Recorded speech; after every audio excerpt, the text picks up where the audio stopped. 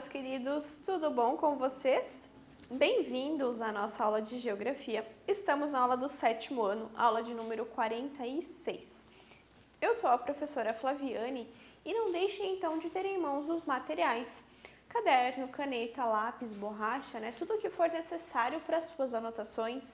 Assim como vocês têm esses materiais em sala, é necessário que vocês tenham aqui nas nossas aulas também. Eles vão ajudá-los a fazer as anotações para que vocês respondam às atividades e façam o exercício de fixação do conteúdo.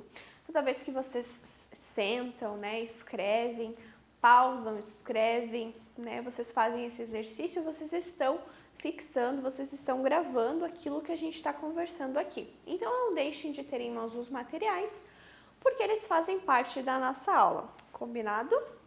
E a nossa temática de aula de hoje é tipos de mapa. Então, a gente vem conversando nas aulas anteriores ali sobre cartografia, a linguagem cartográfica. Vimos alguns elementos presentes no mapa que são importantes para que a gente saiba fazer a leitura desse mapa. Então, hoje a gente vai conversar sobre os tipos de mapas que existem, além de conversar mais um pouco ali sobre os elementos também. Então, o nosso objetivo é classificar e reconhecer os tipos e usos dos mapas. Então, quais são e quais as finalidades dos mapas. Os elementos, ainda continuando então um pouco do que nós vimos na aula passada. Além dos elementos ponto, linha e área, que foi o que nós vimos na aula passada, são utilizados também elementos quantitativos e qualitativos, então que indicam a qualidade, e a quantidade. Quantidade, quantitativo, pode variar conforme o tamanho dos pontos, o tipo de preenchimento dos desenhos ou até os padrões de cores. Então, é volume, quantidade. Por exemplo, em um mapa que indica as temperaturas de uma região, podem ser usados tons de vermelho em regiões mais quentes, e em regiões mais frias são preenchidas então com tons, cores mais claras, cores mais frias realmente. Então, essa variação da quantidade ali que vai indicar o tipo de mapa, o que ele quer falar também. Então, aqui, quantidade, o tamanho dos pontos aqui, então, quanto maior, mais pessoas, quanto menor, menos pessoas. E a questão das cores aqui também, cores mais claras, temperaturas menos altas, temperaturas mais baixas. Cores mais escuras, temperaturas mais altas. Então, essa variação da quantidade, mapas quantitativos, aqui a gente está indicando a quantidade de calor, mais ou menos calor, mais ou menos pessoas. Então, é isso que indica, os mapas quantitativos. Já os qualitativos indicam, então, as formas, elas geralmente são empregadas com um tipo de preenchimento ou de desenho que indicam, então, cada elemento diferente do mapa. Por exemplo, em um mapa que se pretende distinguir a área urbana da área rural, desculpem, secou a minha garganta, vou tomar um golinho de água aqui só um pouquinho.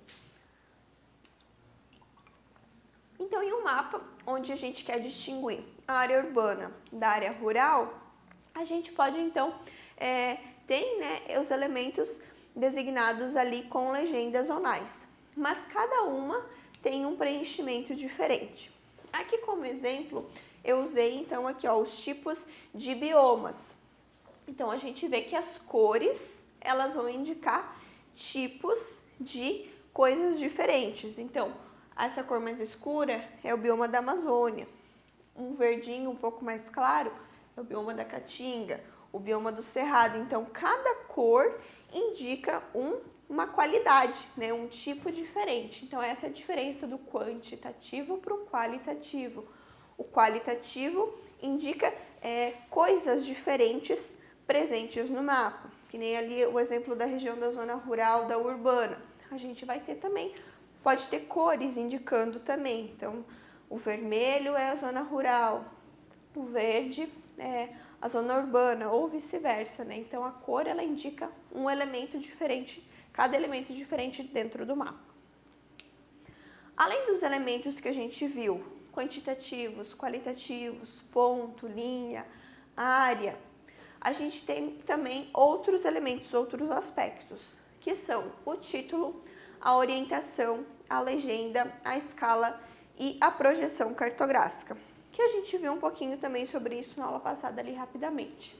Hoje vamos falar sobre cada um deles separadamente. Então aqui o título indica o tema ou o assunto e as informações gerais, né? A localidade, o tempo, né? Que ano, né? Quando que aconteceu aquela informação que está espacializada ali, além de qualquer outro tipo de informação que possa ser relevante na compreensão daquilo que está sendo representado. Então, é o título que vai nos indicar o tempo, o local, né, e a temática do mapa.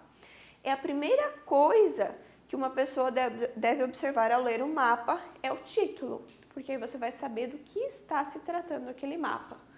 Geologia do município de Goiânia, por exemplo. Então, o título, a gente sabe que é a geologia do município de Goiânia. Como a geologia, ela costuma demorar para variar, né?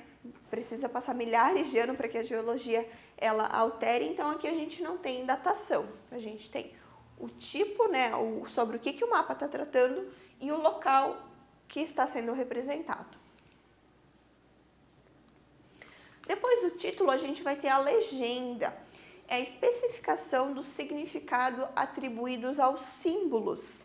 Então, através da legenda, a gente faz a leitura dos símbolos, as cores, os pontos, as linhas, a questão da área que estão presentes ali no mapa.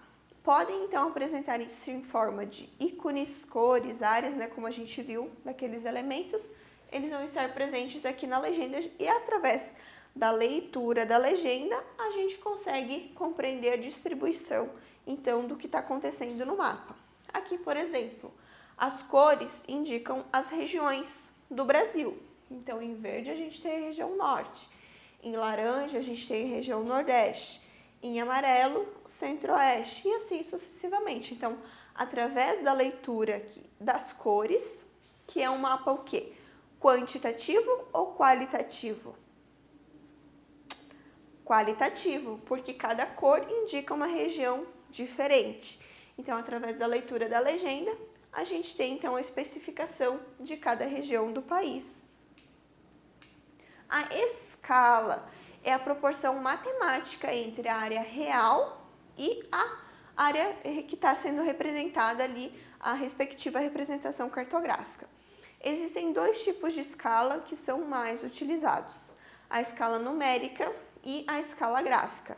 Então, aqui, ó, 1 para 500 mil.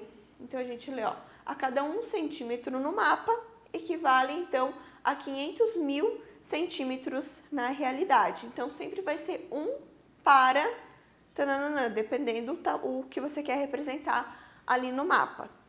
Quando não está, que nem aqui está especificado quilômetros, quando não existe especificação aqui ao lado, sempre a gente vai considerar que é centímetros, sempre. Aqui, por exemplo, na escala gráfica, a gente tem representação em quilômetros, né? Aqui a gente não tem, então vai ser sempre centímetros. Ou seja, a realidade aqui, de 1 para 500 mil, foi reduzida 500 mil vezes. Então, 1 centímetro foi reduzido 500 mil vezes para que coubesse no papel. Então, essa é a proporção entre a área real e a área que vai estar sendo desenhada e representada ali no mapa. E aqui a gente tem 1 centímetro no mapa, equivale a 5 quilômetros na realidade, porque aqui a gente tem quilometragem, né? Ou 2 centímetros no mapa equivalem a 10 quilômetros na realidade. Então, essa é a diferença aqui, a escala numérica para a escala gráfica. A orientação cartográfica indica os pontos cardeais que são necessários para que o leitor tenha uma correta noção da posição ali relativa da área indicada no mapa. Geralmente representa-se nos mapas com uma seta apontando para o norte, mas também a gente consegue identificar através de uma rosa dos ventos, por exemplo. Então aqui, ó, a orientação cartográfica, ela nos dá a localização no espaço, né, mundial, de onde que está o que está sendo representado. Aqui a gente tem então a América do Sul, ó, e aqui nós temos então a orientação cartográfica nos indicando para onde está o norte. Então a gente consegue ter uma noção do que tem ao entorno também. Pode ser representado só pelo norte, assim, ou então a gente consegue ver a rosa dos ventos presente aqui na orientação. Depois a gente tem os sistemas de projeções. É a forma ou a base cartográfica que o autor do mapa utilizou para representar uma parte da Terra que é esférica em um plano. Então, a gente pegar, por exemplo, aqui a gente tem 3 tipos de projeções: a cilíndrica, a cônica e a azimutal ou a plana. Então, a gente pegar a esfera, que é a Terra, e achatar ela no papel, né, para fazer essa representação. Então, se escolhe qual delas melhor vai representar o que eu quero colocar no mapa. Assim, o autor deve sempre escolher o tipo de projeção que menos prejudique o seu trabalho, em termos de distorções do espaço representado. Então, sempre vão haver distorções, porque é impossível você reproduzir fielmente um cilindro no plano, né? É impossível você colocar ali de uma forma fiel. Então, sempre vão haver distorções. Por isso é necessário escolher a que menos vai gerar essas distorções para que represente aquilo que você quer colocar ali no mapa. A mais utilizada é a cilíndrica. E quais os tipos de mapa nós temos então? Já vimos os elementos, né, que fazem parte, que são através desses elementos que a gente faz a leitura do mapa, ele nos indica o tipo, né, a qualidade do mapa.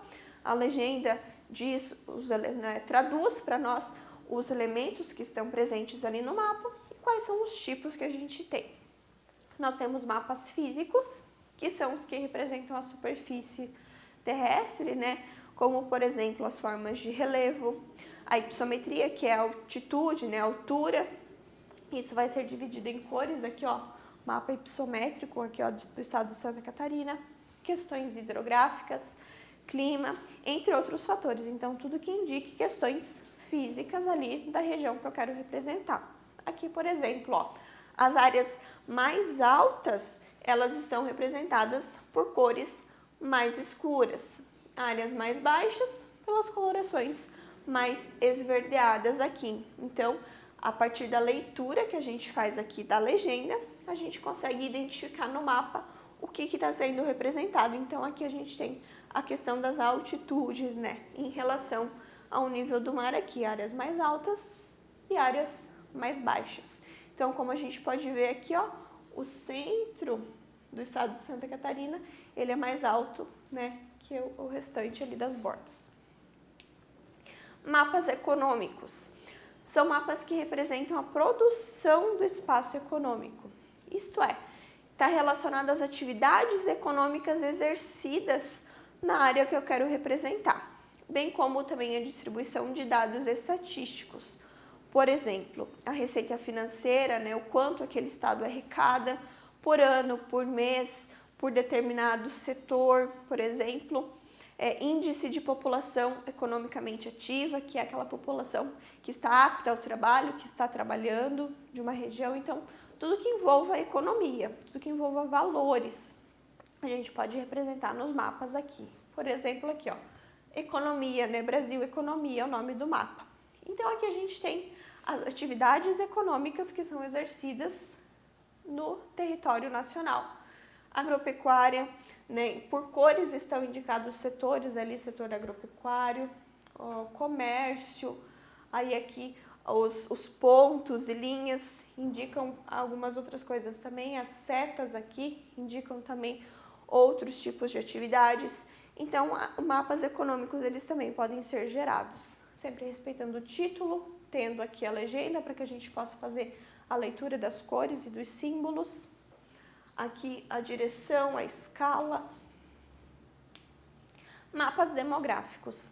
Eles representam, então, a representação espacial das populações, índices populacionais, taxas de analfabetismo, migrações, então tudo que envolve a população, né? O quanto a gente tem de alfabetização, né, em determinada área, o quanto de pessoas habitando determinada área, o quanto de pessoas se deslocou de uma área para outra.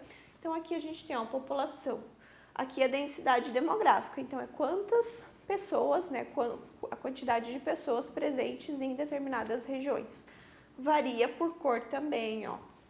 Então quanto mais escura a cor, mais pessoas ali habitando aquela determinada área representada aqui no mapa. Então título, legenda, a escala, então tá tudo presente aqui no mapa, a orientação tá aqui no cantinho, ó, a projeção, vocês estão vendo que tá dividido, tá numa gradezinha aqui, essa é a projeção que está sendo utilizada, então tudo tá presente aqui no mapa. Mapas políticos representam as divisas e fronteiras entre países ou unidades federativas que são, né, estabelecidas e consolidadas politicamente. Então, as fronteiras em geral.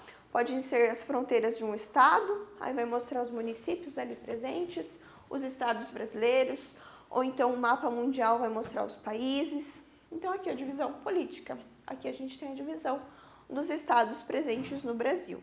Mais uma vez aqui, ó, a projeção utilizada está aqui presente, o título, a orientação, a legenda, então está tudo aqui presente. Mapas estilizados. São mapas em que não há representação fiel das proporções das áreas ali representadas. Se altera, então, dessa forma, as formas conforme as informações. Aqui, ó, o que a gente tem nesse mapa estilizado? A gente tem a representação dos países, mas não tem um sistema de escala, não tem um sistema de projeção, a gente não tem a legenda, é só uma representação estilizada. O que a gente tem aqui representado os países através dos nomes e mais ou menos onde eles estão localizados. Ó, se vocês forem lendo, é o nome dos países. Então, é mais uma questão estética aqui, uma questão realmente artística. E mapas históricos são utilizados para representar algum acontecimento específico de um período histórico. Aqui, por exemplo, a gente tem o Tratado de Madrid, né, que dividia, então, o domínio português e o domínio espanhol. Então, é um mapa que não é mais utilizado, né, hoje em dia não é mais assim que acontece, mas ele representa, então, um período histórico pelo qual o nosso país passou. Aqui, ó, 1750, a datação desse mapa aqui. E é isso, então, pessoal, nós vimos, né, em relação aos mapas, a história da cartografia, os elementos que estão presentes, como a gente faz a leitura desses elementos, quais tipos de mapas, né, a gente pode ter, que são os produtos cartográficos. Espero que vocês tenham feito todas as anotações. Não deixem de fazer as suas atividades e nos vemos então na nossa próxima aula. Tchau, tchau!